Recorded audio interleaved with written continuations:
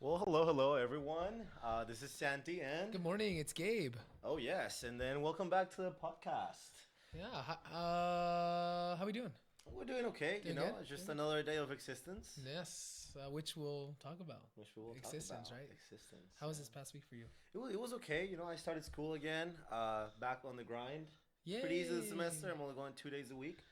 That's the beauty about the United States and its educational system. It's funny enough because you're going 2 days a week and I just have two classes, Two once a day oh, or once a oh, week wow, for that's four even that's hours. even better. Yeah. Yeah, pretty good, pretty good. I really don't miss last semester because I had What I did you had do? class for like a whole day on Mondays. I would get in at like 10 and leave at around like 7. Yeah. What did you do last Monday? What did I do? I don't know. What did I do last Monday? Fuck. You didn't go anywhere? I think I went on a high class Monday because we didn't have. This guy doesn't even remember. You Yeah. went to Point Oh, I Loma. did go to Point Lobos with Yeah. Melissa. Yes. Yes, Yes. Yes. dude, he remembers it better than I do. I'm just trying to keep people in the loop I about am it. so bad at remembering what I do. Obviously, Yeah. obviously, yeah. So, What did I do last Monday? It was fun though. I went to Point Lobos. Yeah. And in then Monterey or Carmel? Yeah, I went. It's in Carmel, yeah. And then we drove along the Highway 1, which was beautiful. Very I hadn't nice. really done that drive ever, and it was gorgeous. Nice, Yeah, nice, nice. yeah, it was nice. What about you? What did you do last Monday? Last Monday, Didn't you I have like actually. the meeting with a work? Oh yeah, I had a work meeting. Yeah, so we I don't know. We just talked about some stuff. I smoked. Oh, I don't know if I should say that actually. No, no, smoking cigars is fine. Um, He's like, I yeah, s- smoking crack is fine. Nah, just kidding. uh, okay, okay. I smoked my first Cuban. That was very nice. It was actually really nice because the finish on it, it had like an agave taste. It was really smooth, really clean. It Agave was taste. amazing. It was amazing. What else? Yeah, I still don't understand the whole idea of smoking cigars. Even though like I'll do it every once in a while, but I'm not the type of person to be like, oh yeah, this like burnt oak wood and agave and like Well, like it's like smoked sugar it's cane. like alcohol and stuff, It right? is, Like yeah, it is. the better you get of refined, the more palate you get, the better palate you get for it, the more you can pick up on flavors and notes and stuff. That is true. That is very, Yeah. very true. All All right, shall right. we Yeah, redirect our energy? let's get to it. Okay, guys. So this is a topic that I've been wanting to talk about for a while, and I really like it because it crosses two of my interests, which is philosophy, more specifically existentialist philosophy, as well as the whole idea of authenticity. And those two concepts really like interlay and intertwine each other. Over this podcast, we're going to talk about what authenticity means, what does it mean to be authentic. We're going to define the idea of existentialism, and we're going to talk about the different types of authenticity, focusing mainly on philosophical authenticity. Then we're going to talk about the two concepts of anxiety and freedom and how they connect. And then finally, we're going to talk about how existentialism can help us and you guys achieve an authentic form of living. So if you guys haven't already picked up, well, I know this because I know this guy for a few years, but Santi's low key a philosopher. Um, we have had so many discussions, just like in random situations where we'll just be talking about something and then boom, fire starts and we're just I talking know. about like You're never safe from philosophy. yeah, we'll be talking about existentialism. We'll be talking about like monoism, dualism. So many different topics have come across, and this is just one of the fun ones that we love talking about. So Yes, you're never safe from from a you're philosophical never safe from conversation with Santi. me. No, yeah. Okay, so let's start with defining authenticity. Like we said, so authenticity, and I looked it up online because I wanted to have a more broad specific. That doesn't make sense. I wanted to have a more broad definition on it. So authenticity, of course, is the quality of being genuine, true, and aligned with one's nature, values, and beliefs. It involves living in a way that reflects your true self, rather than conforming to external pressures, expectations, or societal norms.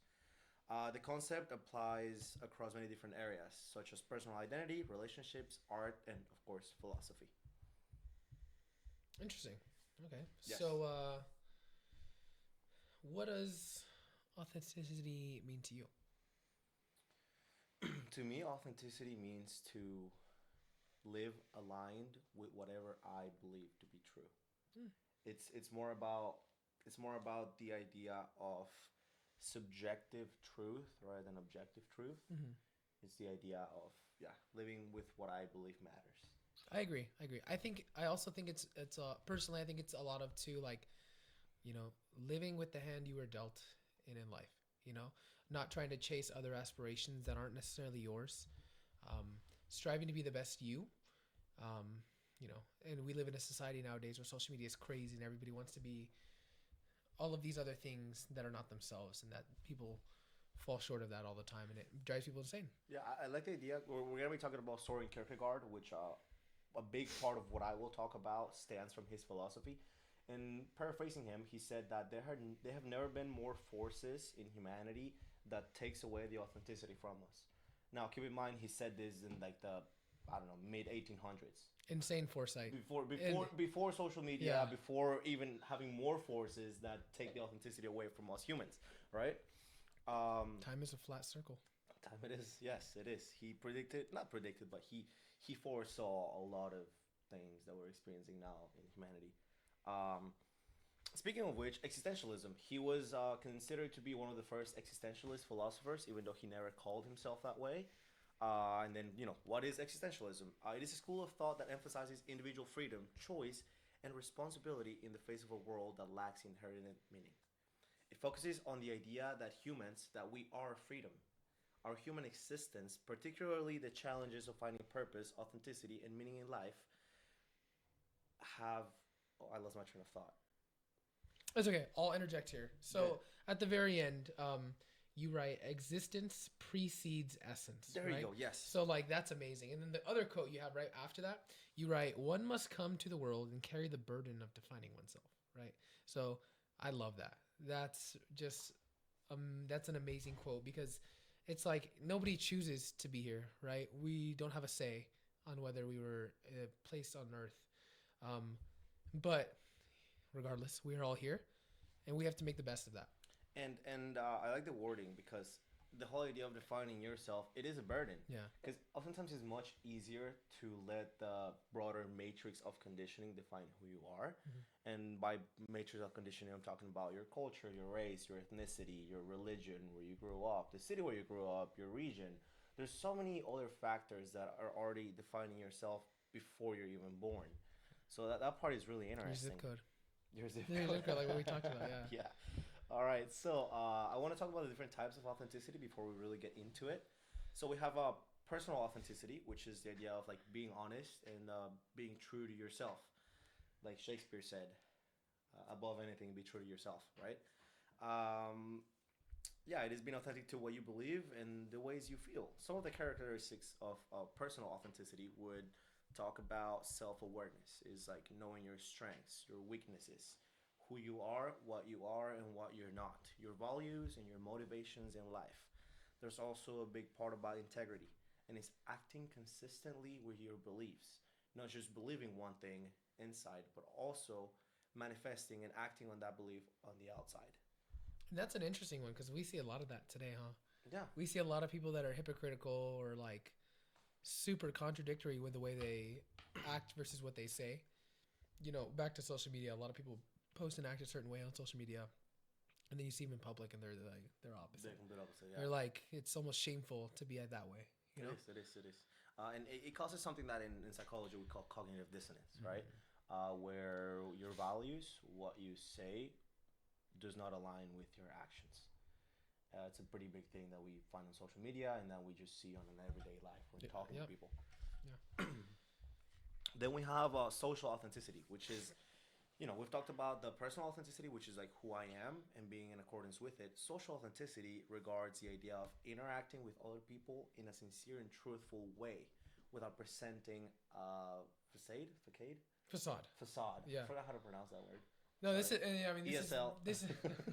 This is back to what I was saying too, because like, you'll meet people right in person, and like they're just what they've thrown up on social media is completely different than who they are in person. But also like to be a little bit more on topic, or to be a little bit more like specific, the way some people act isn't even who they truly are. Like I've met people in life where they act a certain way, and then they go behind closed doors and like they'll tell you like, oh yeah, I'm just acting this way just because I'm around this certain group of people. And that's I forgot what that's called. It's called code switching. A lot of people, that's pretty popular nowadays. Yep. Where you act certain ways around certain people to for whether it's for like monetary gain or social gain, to gain the group's approval. but that's really inauthentic, you know. And it shows that, you know, some people are so eager and easy to just make other people happy and content that they're willing to tear themselves down and be inauthentic. It is. It is. It is also a different way in philosophy that they define it. It's called a personal armor, right? So by Mm-hmm. constructing this armor, I am hiding who I actually am, which is like this flesh and skin, and I am just trying to be whoever the group is. Mm-hmm. And it's much easier when you look at it that way because it actually helps you survive in society. At the same time, this whole idea of code switching, it really helps people to survive socially and to go up in the social ladder, but that's not necessarily the purpose of authenticity, right? That kind of goes against the idea of authenticity. Exactly. Speaking still on social authenticity, what really is important there is finding people alike and then finding people that without any societal or monetary gain we like and we want to be around. Mm-hmm. That is really important towards finding yourself. Find yourself a group that you are with for your own, like, not for your own gain but for your own pleasure. Yeah. And like you're with them because you genuinely like their company, you like who they are. And I think that's one of the reasons that, like, me and Santi are such good friends, right? Not only are we idiots around each other a lot, and we say some really dumb stuff that could make us look like super, you know, like toddlers at times, right? But we also have talks like this just casually at times. We'll be out eating, and then we'll be watching one thing, and then we'll watch somebody walk by, and then boom, another conversation exactly like this starts up, and we match each other's freak, if you will. Somebody gonna match that? Yeah, I would agree there with you. Yeah. Yeah, I like the idea of like building relationships based on honesty and integrity rather than manipulation of or superficiality. Yeah. Because neither of us have anything to gain by faking doing this, right? We both just genuinely enjoy the company and the conversations that we Yeah, have. and it's really hard. I actually this is a perfect time for me to introduce Friedrich Nietzsche because he talked a lot about loneliness. He talked about loneliness being the default of us humans. Like Mm-hmm. we're born alone. Like yes, you have a family and everything, but there is the individuality of loneliness. Mm-hmm. And he always talked about the experience and the idea of finding somebody who is worth sacrificing your loneliness for. Yeah. Mm-hmm. And this happens to me a lot when I'm in groups and I'm really not enjoying being in a group. I'm like, I think I'd rather be alone. Loneliness is freedom. Yeah. Loneliness is freedom. Mm-hmm. It is freedom from like, the whole coercion and the whole influence of a group. But to a more individual aspect, it is the default of us humans. Like we're really lonely human beings. Like yeah, we're Mm-hmm. very pro-social and we're always That's why surrounding ourselves in groups and in families. it's almost funny because, like, as humans, we seek out groups and we seek out companionship or we seek out like friendship and all that. But I think it's because, like, what it boils down to is like you really learn a lot about yourself when you're alone, when you have nobody around you, and when you can sit there with your thoughts and rationalize what's going on and think to yourself and be, you know, have a little bit of introspect on what's going on in your life. And this is It where forces you to yeah. come to the understanding that I'm alone and I'm either going to get better or I'm not, you know? And I have come to realize, like within my life experience, that one of the first steps towards philosophical authenticity is loneliness. Mm-hmm. Like you must be alone, away from society's influence, to actually introspect and see what it is that you like, see what it is that you want to be.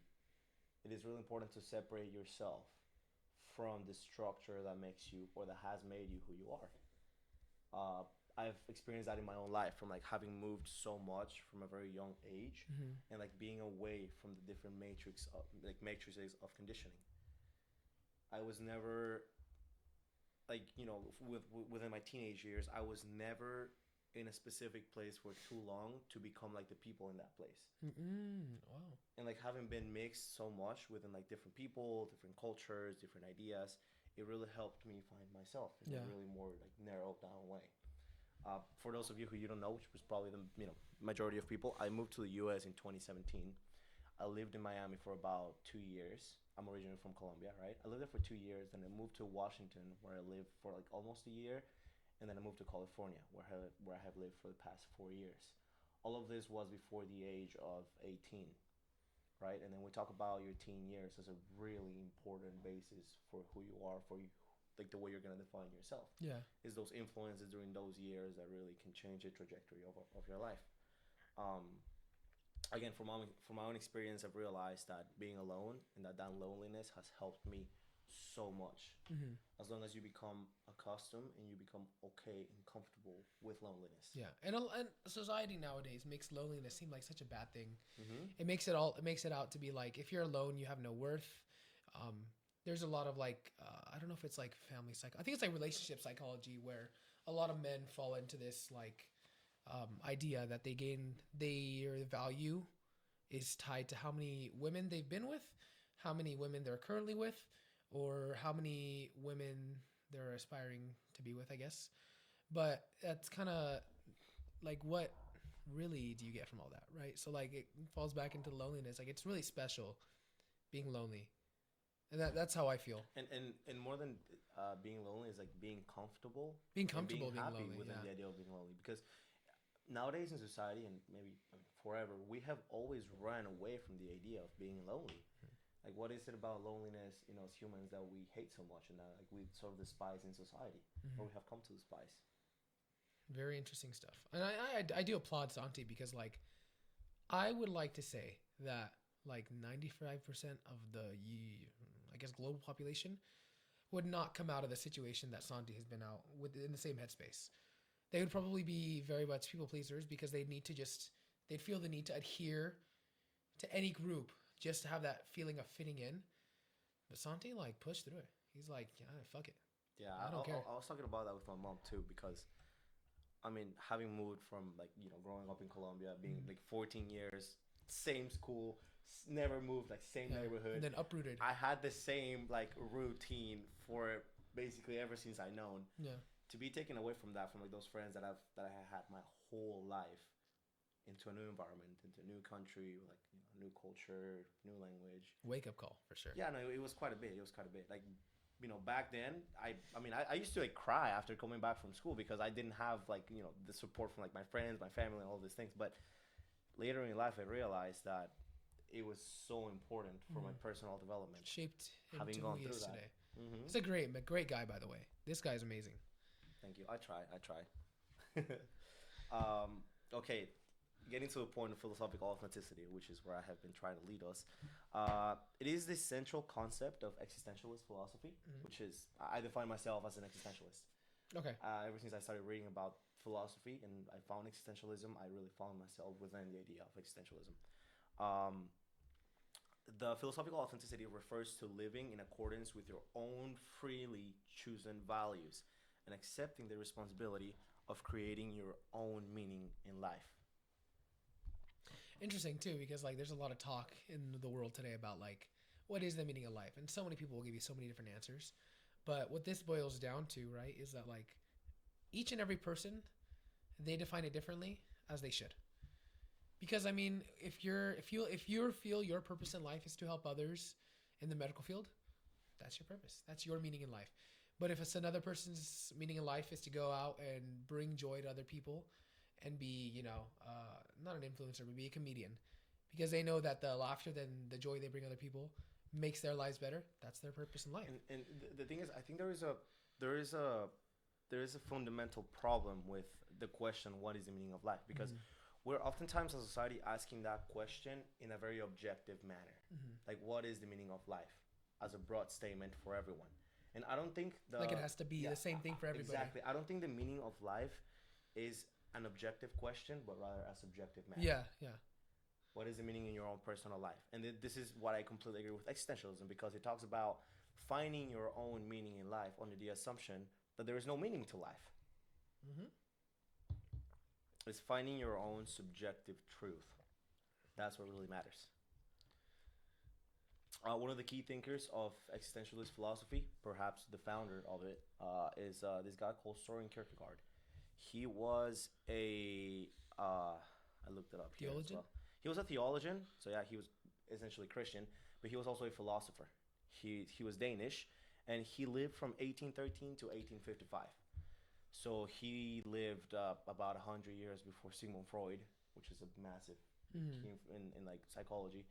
and he said a lot of the things that the Sigmund Freud comes to say in the future. Really interesting. That's a whole different podcast there. But he emphasized on the idea of finding your true self rather than conforming to societal roles or distractions. He was the first person to say that society had found itself in a place where there was a crisis of authenticity. More often, people followed the crowd instead of following themselves. Mhm. You find the comfort of the crowd because it alleviates the idea that you have to find yourself, that you can truly or try to find yourself in a crowd, which is very, very common in society. This guy did all that thinking, and he was in Copenhagen all of his life. Yeah, he never left Copenhagen. Yeah. He had the same, which is really interesting about him. When you read about him, he had the same routine. This guy would wake up, go to breakfast, meet with a friend, walk here, walk there, have dinner, go back home. Same routine on a daily basis. That's funny, huh? Yeah. Yeah. He was a really interesting person. I mean, What it was? Yeah. There's got to be something in the food up there. I guess so. I don't know. Maybe it's the coffee. I don't know, but yeah, he lived always in the same strict routine. He didn't really have a lot of friends. More importantly, who was his friend? That's a really His good friend was question. probably priming him to have these conversations. Yeah, right? I mean, I would have loved being his friend and meeting him once a week in his really strict routine for him to talk to me about Man, authenticity. this guy's taking the time out of his day to meet with me every day. Every day, yeah. Good friend right there. Yeah. Another big person there is this guy called Jean-Paul Sartre. He was a French existentialist philosopher. He lived around the 19. I want to say he was around the 1920s to 1940s, but he described authenticity and he linked it to freedom. He was one of the first people as well to suggest that we must take responsibility for defining ourselves and our purpose. One of his big quotes is that we are condemned to be free because a lot of freedom also brings a lot of responsibility. We are as free as we're responsible of carrying around that freedom of defining ourselves. Oh, he died in 1980, Jean-Paul Sartre. Yeah. He was a philosopher and a playwright. Yep. I wonder what he wrote. Well, he wrote a few novels. A lot of his novels actually center around his whole existentialist philosophy. Yeah, existential humanism. Mhm. Interesting. And then another guy was Martin Heidegger. He was a German philosopher. And I added him in this podcast because he talked about authenticity as being toward death, which means that we must live fully aware of our mortality and embrace existence meaningfully. So making the best of your life. Yes, Yeah. you only live once. So why should we live in accordance to what society thinks we should be? Why should we live in accordance with the crowd? Why waste our only attempt at existence pleasing others and pleasing the notions that have been preset by society?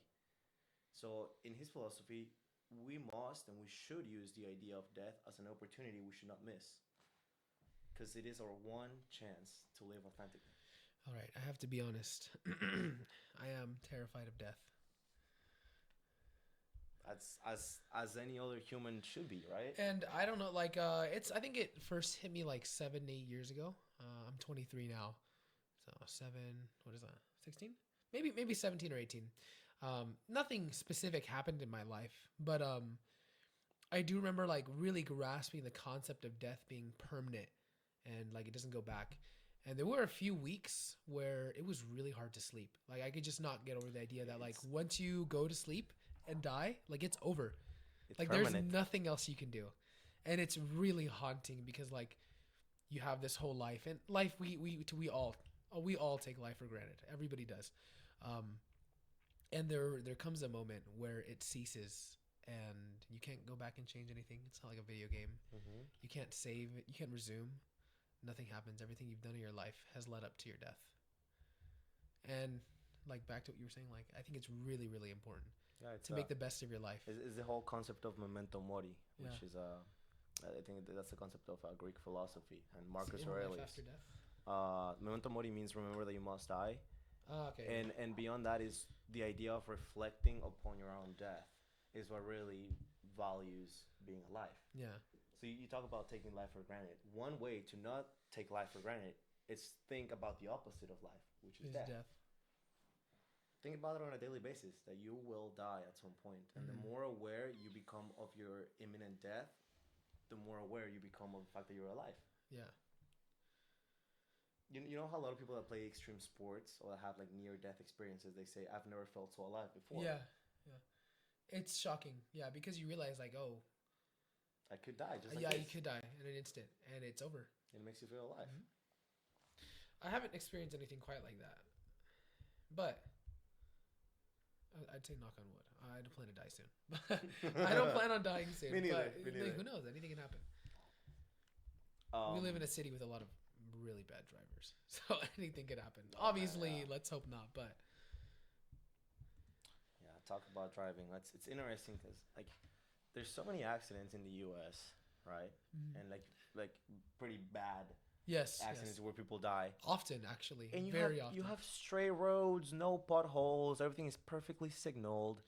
There's street lights everywhere, signs everywhere on the streets, And like yet- perfectly painted streets.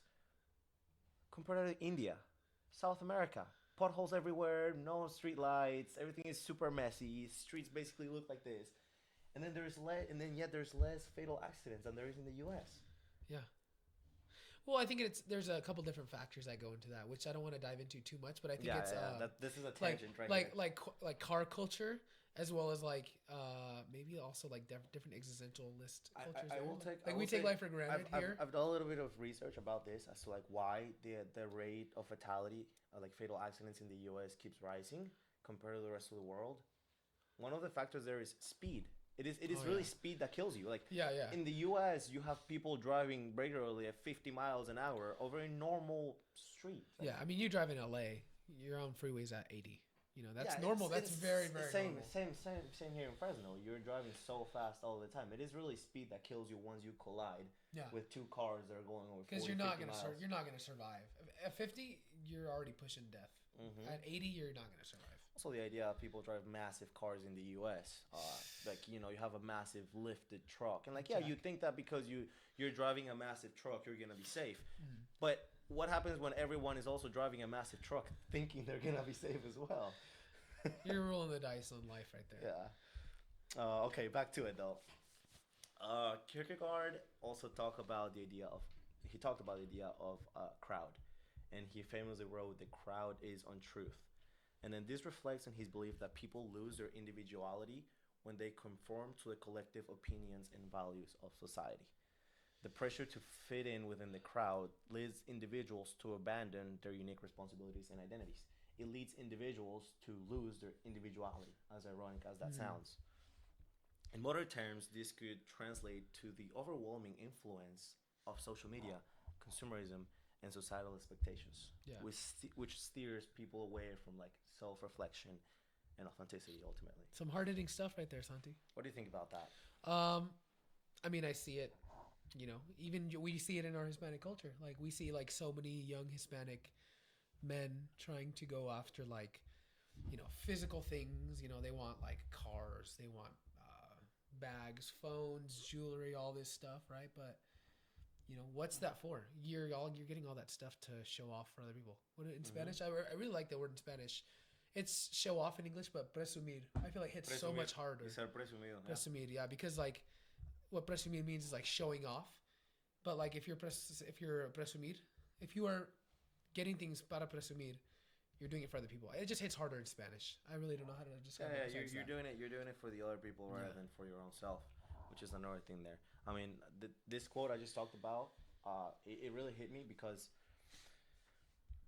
like, the idea of fitting in with the crowd. I also talk about culture, right? One of the biggest aspects of us human that really defines us is the idea of culture, and in order to find your authentic self, you must think about culture in a way that you can sort of escape your own culture. And I'm not talking about the idea that you should like completely abandon your culture, as that can also lead to like the loss of who you are. Yeah. But at the same time, getting a little bit away from your culture and understanding the influence that your culture has upon you is really important. Yeah. This hits me pretty hard, I guess, because after leaving Colombia, right, coming back, then people tell me like, oh, well, you're not Colombian enough anymore. but then I'm also like not American enough. Yeah. So I'm in between both. But the thing is, I don't want to be Colombian and I don't want to be American. I want to be Santi. Yeah. Exactly. Yeah. So it took me a bit, and it kind of hurt to like get away from the cultural expectations that people have upon me towards finding myself. But it's really important. Because you're never gonna satisfy everybody either. Because you I could just be. have to satisfy myself. That's Yeah. the thing. Yeah.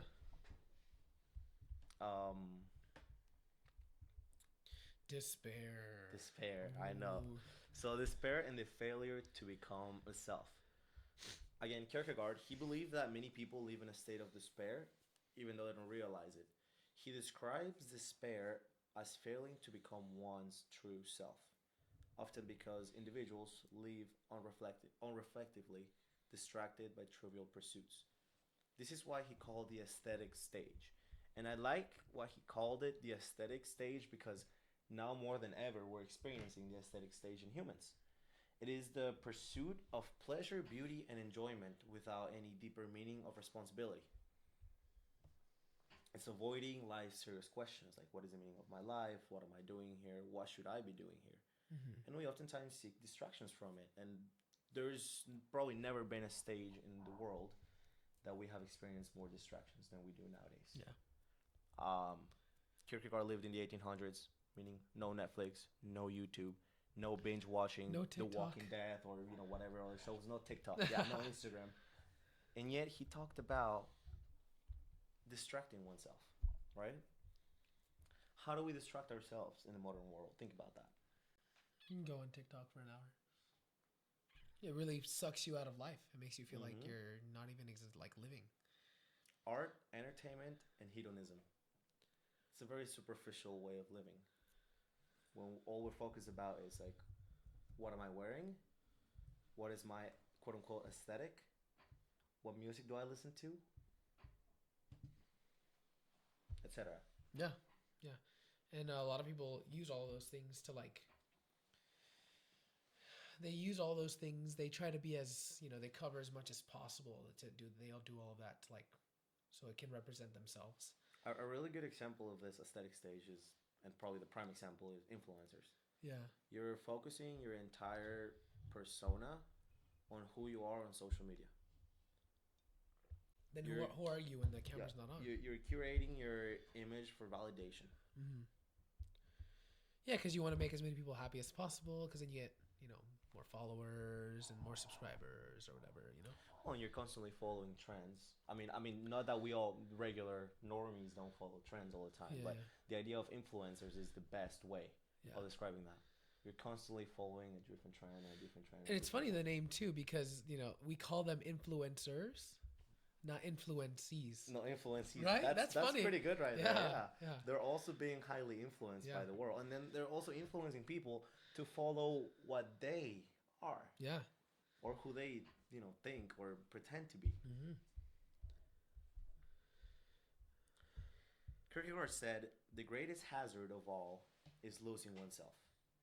And it can occur very quietly in the world, as if it were nothing at all. Yeah, I mean, even working in bars, like you see people lose themselves. You'll see people come in like once or twice, and then you see them come in every week, and then it's a few times a week, and then all of a sudden they're just sucked into this like, I need to be here all the time, and my personality is being here, and this and that, and they've lost themselves. They go to work and they go to the bar, and that's it. And I like the idea of one of the biggest ways in which we humans lost ourselves to society is by chasing status symbols. Yeah. Right? I mean, when you talk about what takes more of the personality from you than chasing something like the American dream, right? It's basically a set rules of things that you must do in order to make it. Yeah. Have achieved it in life, which it is not even like it's It's subjective, right? It is very subjective because it's making it for But things like the American different. dream make this subjective idea of making it into something objective, into something quantifiable. Like I have a house, I have 2 cars, I have 3 jet skis, I have a boat. I live in a mansion. I made it. Is this something that you actually wanted to do out of like the idea of this defines me, or are you just letting culture and like the achievements that society wants from you define you? Like, making it for everybody in life is different. Like my cousin, yeah, his shout out Marcos. He lives in Sevilla, Spain now. But he moved in with me and my family in like 2014, 2015 maybe. And he moved from Venezuela, which if you're not aware, I'm not going to get into it too much, but Venezuela has like a really bad, the country is in a really bad state. So he moved there, and I remember meeting him for the first time in a supermarket, and him and his sister and his dad were there. His dad, there wasn't a problem with his dad, but him and his sister were just walking in the supermarket, just like looking around, just like in awe. And they'd never seen anything, so they had never seen so many options. But now he lives in Sevilla. He got this beautiful daughter. He has a beautiful wife, and he just celebrated his birthday and his daughter's birthday just a few days ago. And I know now he's made it because he's happy. He doesn't have to fear for his life. He doesn't have to worry about his next meal. And it's different for a lot of people. Making it is different for everybody. Well, and I don't want to focus too much on this, but the idea of making it in European countries is very different from the idea of making it in America. That's true. Right? Like when you ask people in Europe, what do you do for a living? Or like not even that. When you ask them what do you do, they'll say, I paint, I dance, I kayak, the first thing that comes up is I not their swim. job. Exactly. I don't know. I make art, I make music. Ask an American what they do. Their job is what comes up first. Exactly. Always, like, always. oh yeah, I earn a master's in this and this and that, and I work for this and this company. Yeah, I'm a corporate manager. I'm a corporate manager. I'm Kohl's, whatever. Exactly. The first thing that comes to mind as an American for what do you do is what do you do to make money? Because that's their society. That's their economy. That's the idea of capitalism. But that's a whole different podcast as well. There. Next episode. Just kidding. Not next episode. I also like talking about the fear of freedom and responsibility. Kierkegaard emphasized that through authentic living and authenticity requires embracing freedom and the responsibility that comes with it, as I talked about before. This can be terrifying because it forces individuals to confront their own choices and existence. He wrote, "Anxiety is the dizziness of freedom." In modern society, many people avoid this anxiety by clinging to prepackaged identities or external validation rather than facing the discomfort of defining their own lives, values, and purpose. This goes back to loneliness, right? Loneliness is freedom. Loneliness is freedom. People get all these things, and it makes them not free because they'd rather be unlonely, or they'd rather be in groups or with friends instead of being free and lonely.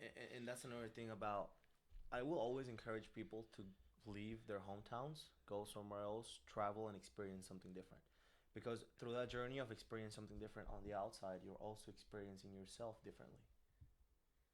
Traveling and not just going to Italy for like 2 weeks and like swimming in the beach is actually like living somewhere else. Living somewhere else, exactly. Yeah. I'd say that's one of the quote unquote easiest ways to find who you truly are and what you truly like.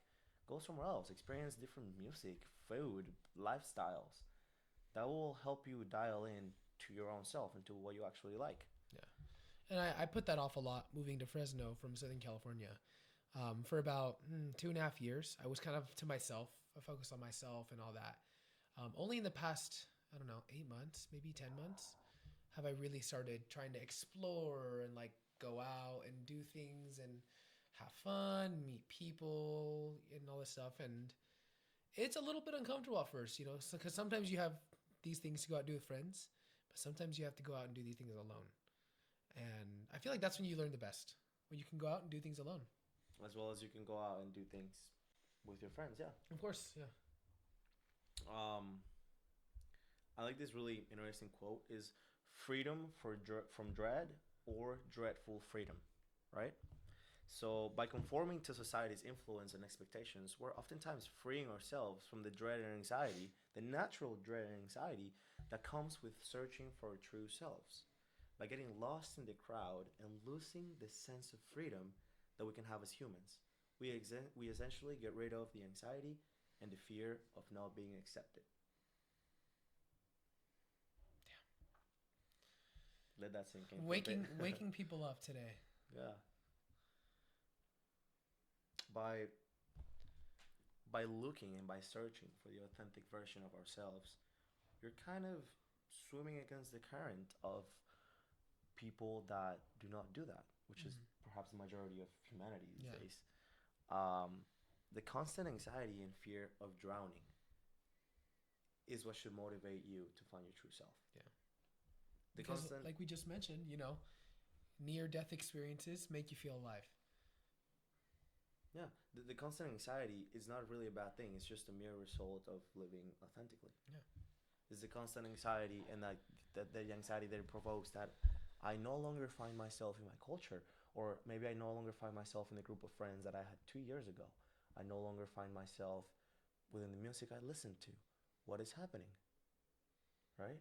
It's confusing. Yeah, and that's okay. I mean, you will leave people in life And all throughout life. that's the same confusion that oftentimes leads to the anxiety of living authentically. Because, in all honesty, do you want to be the same person you were 2 years ago? If the answer is yes, then maybe stop listening. I would hope that everybody that's listening, everybody around the world, wants to be different year after year after year. Because I think that means you're growing at least. Even if it's not for the better, it means you're growing. So, one of the best ways to live authentically is embracing radical freedom, which is another thing we want to talk about here. Uh, the whole philosophy of existentialism asserts that we are radically free to shape ourselves. Again, existence precedes essence. There is no preconceptions, there is no pre made packaging for you as a human being. You carry the burden of freedom, and you're a slave to your own freedom, if I may. Yeah. You're not defined by external factors like society, tradition, or your past. You have the true freedom to define yourself, which is so unique for us humans, because we're the only species in the planet that actually has the freedom to define oneself. Mm-hmm. I mean, think about it. How many species are in the planet? I don't know, millions? I can't tell you. I have no idea. Yeah, I'm no I mean, biologist. Think about elephants, dolphins, whatever other species. They already sort of have a There's subspecies within all of them too. yeah, and they have a sort of a purpose, like a pre-assigned purpose. Like if I'm a shark, then I'm supposed to be on top of the food chain, and I'm supposed to like feed on this animal to like, maintain the environment and maintain the ecosystem. Yeah.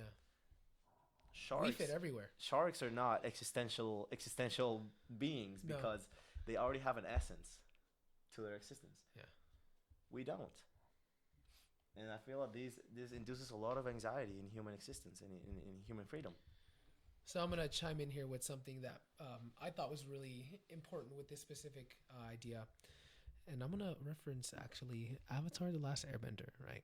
So I'm sure a lot of you guys watched this show growing up, right? I mean, maybe watched the show recently with the resurgence of anime in the past, half decade. Excuse me.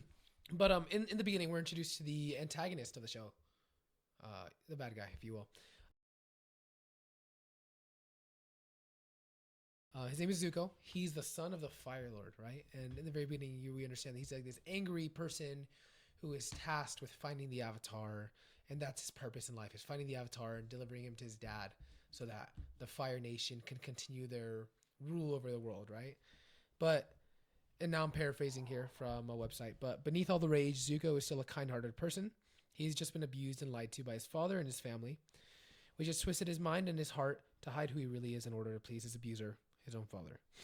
He makes bad decisions because he forgets who he really is and focuses on those decisions he makes solely because he thinks it'll please his father. Even with his past weighing in on him, Zuko shows his kindness in both small and big moments through seasons 1, 2, and even in 3. And I mean, if you finish the show, you know how it ends. But once again, paraphrasing, Zuko has, in my opinion, the best character development I have ever seen in any show ever. And actually, most media I've ever watched. He goes from a banished prince, hated by his own father and an outcast of his nation, to a scorned refugee in poverty who struggles to figure out his place in the world and sees the world in a new light because of his experiences, yet still makes bad choices, to a redeemed free man who stood up to his abusers, fought to come to the right to choose, stood by his decision even when it got hard, and did everything he could to be the man he knew he was supposed to be. So he fought all preconceptions of what he was supposed to be, lived his life, went through all these experiences, and chose who he wanted to be, not who he was told he was supposed to be. He sounds like a prime example of existentialism. Yeah. Zuko was an existentialist. Yeah. Really good show. If you haven't seen it, I would highly recommend. It's on Netflix, I believe. 3 seasons, maybe 50 episodes, and it was made for children, so it's really easy to watch. Existentialism for children. Yeah. Microdosing existentialism. Microdosing and existentialism. There you go. I like this key quote again from Jean-Paul Sartre, which kind of ties up to what you were saying, is that, again, man is condemned to be free. And I cannot stress that enough. Because once we're thrown into the world, we are responsible for everything we do, for every single decision that we make. Mm-hmm. Yeah. To find your true self, you must take ownership of your choices and your actions. What do you choose to like? What do you choose to not like? Do we give people the first 25 years of their life as a figuring it out because their frontal lobe hasn't developed? Do we let them live those first 25-something years for free just because it's not, or do we? Well, it's interesting, like within teenagers, how like you see so many archetypes of teenagers, right? Like They do stuff and they have no second thought. Exactly. You go to high school now and you're like, oh, okay. So, you have all the different crowds and all the like dress alike teenagers hanging around with each other. And then you grow up and you look back on yourself, you're like, man, what was I thinking? What was I doing? What were we doing? Fashion is a very big part of that, right? Yes, like, yes, yes. On I saw a lot of reels on Instagram a few months ago. All the cringe from like the early 2000 emo era, right? Oh yeah, I'm glad I didn't partake in that. Like I was talking, well, yeah, we were too young, but I was talking to my brother, and he was like, "Yeah, I mean, I had all the haircuts, all the colors. He bleaches her all the colors. I do remember seeing all the piercings. I had some cousins that were like really fell into that. I had this one cousin. She had like Paramore. Not that Paramore's bad. I love Paramore, but she had like the Paramore posters all over her wall, Twilight books all over the bookshelf, and it's like, as a kid, I was like, "Is this emo?" And I don't think she was really that emo. She was not bad, but yeah. That was my first, I guess. Well, that's a really good example again of all of the forces that take away your personality and your authenticity, right? Mm-hmm. Fashion and like fashion trends, it's a massive example of that. Yeah. Why must we as humans subscribe to this fashion trend, to that fashion trend? I mean, 10 years ago it was the skinny jeans. Now we're back to like baggy jeans. But now we're on the other side of the spectrum where you see people wearing like massively baggy jeans. Nothing against Zoot suits, if you know what that is. Nothing against the baggy jeans, but think about it. Are you wearing those baggy jeans because it's something that you want, or is it just a reflection of a mere like trend in society? We're getting back to these zoot suits. Have you seen these before or no? I'm gonna add an image here of the Zoom suits. Zoot.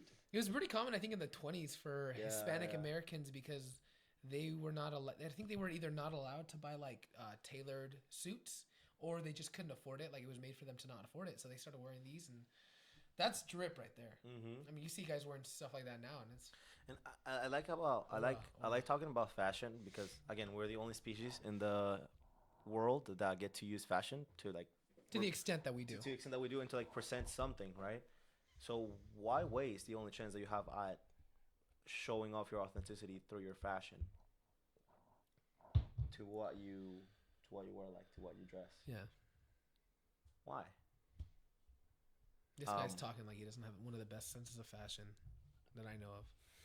He'd be posted up with some jacket. I'm like, dang. I do like the jackets, but see, that's the whole idea. Like, I'm not. I mean, I feel like nowadays he doesn't wear it just to wear it. He wears it because like it's cold outside or whatever. There's layers. It's like he does it on purpose. Yeah. Which is why I really like living in cold climates. Again, like cold climates is the best way for you to actually, put on layers, put on colors, textures. There's so many things you can do with it. Yeah. You can really play with it. Again, reject conformity and live authentically. Existentialism emphasizes that authenticity involves living in accordance to, again, your own values and beliefs. How does this help you? How can existentialism help you, or learning about it, help you live more authentically? First of all, I feel like you need to learn how to recognize when you're living inauthentically for validation, for approval, or out of fear of rejectment. Once you understand those three concepts and how those concepts might be influencing who you are, you can start a shift toward a life that feels true to who you are. Mm-hmm. I think in life, everybody needs to understand that it is okay to fail. It's okay to fall on your butt. It's okay to fall on your face. Failure only means that you have learned a way not to succeed.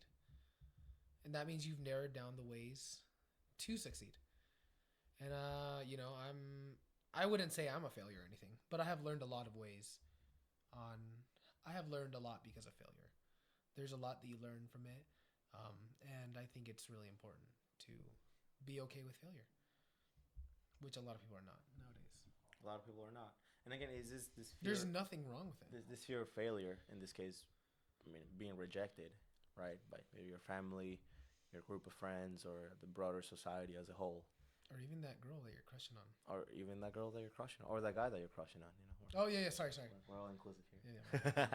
But yeah, really, really interesting. There's never been more forces in humanity that take away the authenticity from us humans. Mm-hmm. And you only live once, so YOLO. YOLO. It's your one chance to live authentically. Mm-hmm. So don't waste it.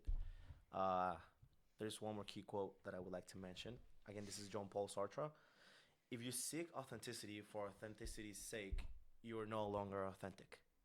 Authenticity comes not from chasing it as an ideal, but from genuinely committing to what matters most to you.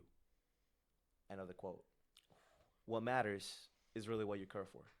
And this is why I like existentialism so much. Because it doesn't say this matters, this matters, this doesn't matter. It's a subjective thing. Mm-hmm. What matters ultimately is what you decide and what you care for. Wow. Way to end us off there, Santi. It's so funny. He's like, oh yeah, be authentic. Let's teach you how to be authentic. Let's cover all this. But if you're too authentic, you're no longer authentic. Yeah, I mean, this gets even more into like Yeah. metaphysical philosophy, which is a whole different turn. It's like, what is authenticity? I mean, even Soren Kierkegaard, with his whole idea of existentialism, he never declared himself to be an existentialist because he never wanted to be the beginning of any sort of philosophy, because then people are gonna follow up to his philosophy, right? And so, where is their authenticity if they're all just following up and wanting to be and living within the standards that I have sort of made in my writings? Yeah. It would be such an ironic failure to his philosophy if everybody just subscribed to what he said. Little does he know. Little does he know, he's considered to be the father of existentialism Everything philosophy. snowballed into something so much bigger. Yeah, but it does make a lot of sense. I mean, he was trying to diagnose and try to help alleviate some of the problems that come with the lack of authenticity. Yeah. And he did a really good job at that. Yeah, I would encourage all of you guys to look up who Soren Kierkegaard was. He's a massive figure. And for those of you who believe in God, he was actually a Christian philosopher. One of his whole ideas was to become so authentic that you can ultimately take the leap of faith and accept the idea of a higher being. Yeah. Really interesting. Smart guy. Smart guy indeed, yes. Yes. All right. Well, I think that's all we have for today. Yeah, we covered every single spot this time. So let's wrap things up with our MMM. So, do you have any music, media, or movie that you've seen recently that you want to share with our viewers? That you recommend or that you personally enjoy that you just want to share? I really like techno, and I've been listening. Okay. I've been listening to The Yusuke Yugematsu? Yeah, to Yusuke. That was crazy. Yeah, but his set is just really a whole like he went all over the place. Yeah, which as a with some DJ, progressive stuff that's sort too, of right? what you want from a DJ. Sometimes that like he takes you really down and low, Shows and then, like range. super like rainbowy and like positive, and you do the whole thing.